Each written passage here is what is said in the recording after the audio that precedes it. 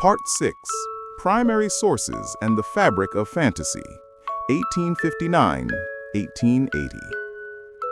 The Newsprint Throne, Collaboration with the Press. The reign of Emperor Norton I is unique in American history because its entire legal basis rests upon newsprint. Had the city's papers refused to publish his decrees, the fantasy would have died on the page. Instead, the newspapers engaged in a 20-year editorial collaboration with madness, blurring the line between reporting and creative writing. The San Francisco Chronicle, the Daily Alta California, and the Daily Evening Bulletin regularly dedicated column inches to his pronouncements, often contrasting his serious, albeit absurd calls for civic betterment with the actual, often corrupt actions of the city government. Case study: the abolition of the U.S. Congress, 1869. When Norton issued his 1869 decree attempting to abolish the National Congress for its persistent fraud and corruption, the press responded with mock solemnity. The Daily Evening Bulletin, despite the nation being at peace and Congress actively legislating, published the full text under a serious heading, followed by a witty yet respectful editorial note. Primary source quote paraphrased: "His Majesty, the Emperor, has seen fit to again dissolve the Congress, a body whose recent actions certainly give cause for such imperial displeasure. We look forward with interest to seeing how the gentlemen in Washington will receive this mandate, though we suspect the sheer distance may render it difficult for the Imperial Guard, i.e. the SFPD, to enforce the arrest warrants." This dual tone, respect for the man, amusement at the decree, was the precise recipe for his longevity. The papers turned Norton into a socio-political cartoon who, unlike a politician, could speak absolute truth without fear of election consequences. The Emperor and the Theater, the patron of the arts. Norton's love of the arts, particularly the theater, was well known. He was a constant, welcome presence at the Metropolitan Theater and the Baldwin Theater. Theater managers understood that the emperor's presence was an invaluable marketing tool. If the emperor, a man of such unique taste, approved of a production, it was guaranteed to sell tickets. He never paid for his seat, but he always offered a royal review in the form of a decree the following day, often printed in the papers. His criticisms were often sharp, demonstrating a genuine appreciation for performance. Primary source insight: on a visiting opera, Norton issued a decree stating that the prima donna's high C was commendable, but the tenor was a disgrace to imperial ears, demanding he take immediate leave to improve his technique.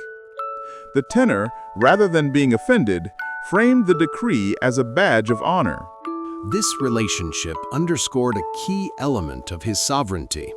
His cultural capital far exceeded his financial capital. He was a living demonstration that true power in a city of culture and commerce was often derived from performance and goodwill, not just gold. The Great Seal and the imperial stationery. To maintain the appearance of his government, Norton required official implements. He commissioned a local printer to create a great seal for his empire, which depicted the official emblems of his realm. He also printed his own stationery, which he used for his decrees and personal correspondence. The printer, Mr. Charles Breyer, initially charged him for the work, which Norton paid for with an imperial bond. When the bond came due, Breyer recognized that the historical value of the unredeemed bond was now exponentially higher than the printing cost. The refusal to redeem the bonds was a sound business decision on the part of the city's merchants. This process demonstrates the circular, self-validating nature of his reign. He created the symbols of his power, and the citizens, by valuing those symbols, confirmed that power. He was an embodiment of the self-fulfilling prophecy. Part 7. Deep Sociological Analysis, The Why of Norton. The Frontier Mentality, Rejecting the Eastern Elite. The mid-19th century in San Francisco was defined by a deep cultural schism with the established Eastern United States. New York, Boston, and Philadelphia were seen as rigid, snobbish, and overly formal. San Francisco, forged in the chaotic, egalitarian fire of the gold rush, was proud of its unorthodoxy and meritocracy. Emperor Norton became the perfect symbol for this rejection. Abolishing Congress. Norton's repeated attempts to abolish the U.S. Congress articulated the frontier city's deep-seated resentment toward Washington's distant, heavy-handed authority, the Serpent of the Potomac. Norton, a local and an accessible ruler, offered a pleasant, personalized alternative. A king of the people.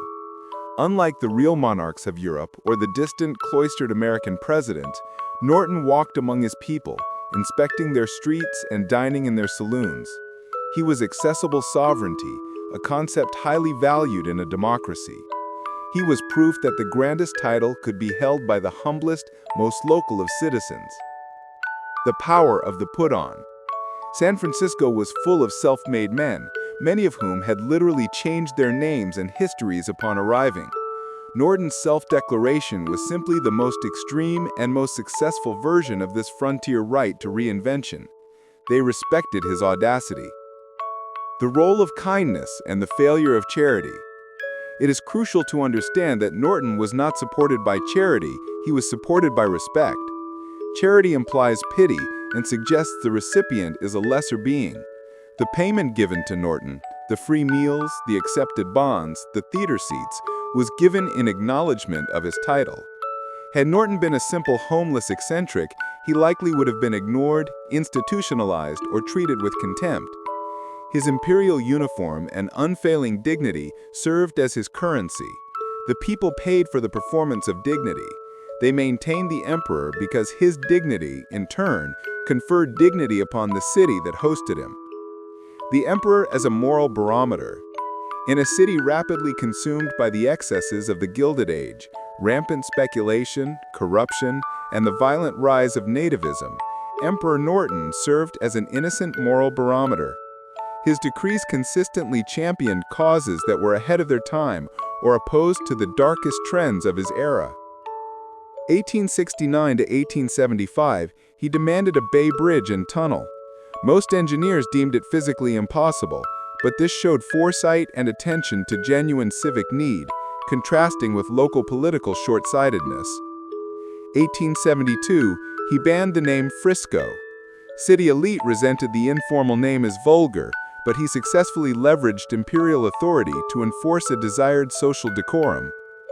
1878, he demanded to cease anti-Chinese violence.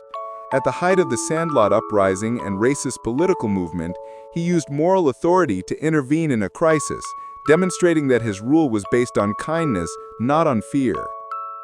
1870, he supported women's suffrage. Decades before the National Amendment, this placed him on the right side of history, further solidifying his image as a progressive, if unconventional, ruler. He was the living proof that a truly good government was based on common sense and human decency, not just constitutional law. Part 8. The enduring myth of the secret empress. The inexplicable upkeep. The most profound and enduring romantic mystery of Norton's life is the persistence of the secret empress theory. Its genesis lies in a single, simple historical fact that defies the rest of his story. His military uniform and hat were always clean and in reasonable repair. A man who lived on the generosity of strangers, slept in a cheap boarding house, often paying late, and had no apparent means of income, could not maintain a complex, tailored outfit that required regular cleaning, pressing, and occasional repair. The clothes of a genuine vagrant would have been filthy, ragged, and falling apart. Norton's were merely threadbare, not destitute. The city could not tolerate the idea that their beloved sovereign was simply cared for by a series of anonymous transactional favors. The people needed a romantic, hidden power to explain the magic. the South African connection. The myth usually centers around his early life. Norton's family moved to South Africa when he was a child, and he returned to London before sailing to San Francisco. The theory holds that while in South Africa, he fell in love with a wealthy, aristocratic woman. The failed engagement. She was likely engaged to someone else, or her family forbade the match due to Norton's lack of titles or erratic behavior. The follower. After his financial ruin, she followed him to San Francisco, living in a fine house in Nob Hill or North Beach under a pseudonym, the Secret Empress. The hidden funding. She paid the local tailor, the washerwoman, and the boarding house owner in advance under the strict condition that they never reveal the source of the funds. This allowed the emperor to maintain his dignity without compromising his official status as a pauper monarch. Historical impact. The belief in the secret empress allowed the populace to imbue Norton's life with the romantic grandeur he demanded. It provided a hidden narrative of unwavering, unconditional love that validated his claim to royalty. The real sovereign of the empire was not Norton, but the silent, profound love that sustained his delusion. The Secret Empress is the ultimate historical fiction created by a community to explain an astonishing historical truth.